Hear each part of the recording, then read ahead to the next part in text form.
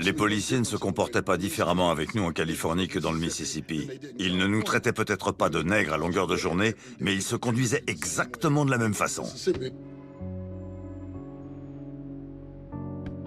Ils nous passaient à tabac, nous braquaient leurs armes sur la tête. C'était ça, notre quotidien. Quand j'ai rencontré Huey et Bobby, ils étaient en train de fonder une organisation d'autodéfense. On n'avait pas prévu de créer un mouvement à l'échelle nationale. On voulait simplement s'organiser de manière à régler le problème à Oakland. On a pris la panthère noire comme symbole, en raison de la nature même de cet animal. Une panthère ne frappe pas la première. Si on l'attaque, elle commence par battre en retraite.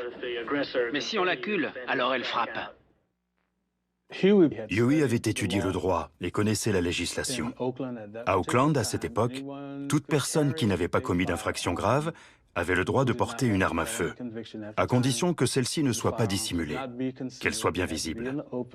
The California Penal Code section 12020 through 12027 and also the Second Amendment of the Constitution guarantees the citizen a right to bear arms on public property.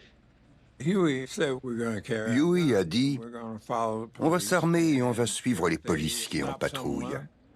S'ils contrôlent quelqu'un, on s'arrêtera à la distance autorisée et on observera ces prétendus gardiens de l'ordre dans l'exercice de leurs fonctions. »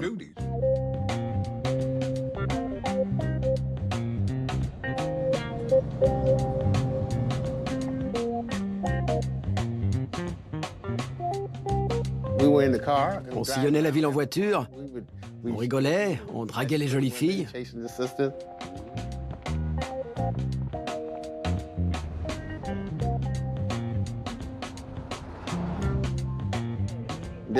Mais dès qu'il y avait un incident, d'un seul coup, on devenait super sérieux.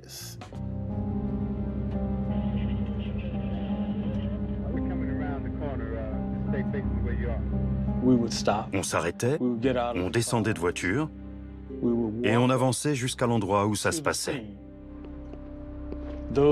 Ceux d'entre nous qui avaient une arme la portaient de façon bien visible. On se tenait à une distance suffisante pour que la police ne puisse pas dire qu'on gênait l'interpellation ou l'arrestation de la personne. Mais on veillait à ce qu'elle se déroule sans violence. On restait en retrait, l'arme à la main, prêt à intervenir si nécessaire. Avec leurs fusils, ils faisaient ce mouvement-là, en mettant l'agent dans leur ligne de tir. Personne ne bougeait, sauf quand un agent faisait monter une cartouche dans la culasse. À ce moment-là, on faisait comme lui. Et dans toute la rue, on entendait... Ensuite, quand la circulation s'arrêtait ou que l'incident était terminé, ils rabaissaient leurs fusils comme ça, remontaient en voiture et repartaient. C'était très impressionnant. On se considérait comme l'avant-garde. Notre objectif était d'ouvrir une voie nouvelle et de donner l'exemple à toute la communauté noire.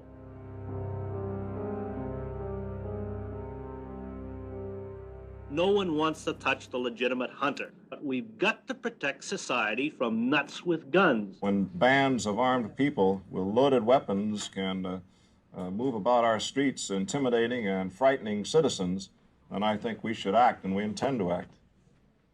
It's my intention to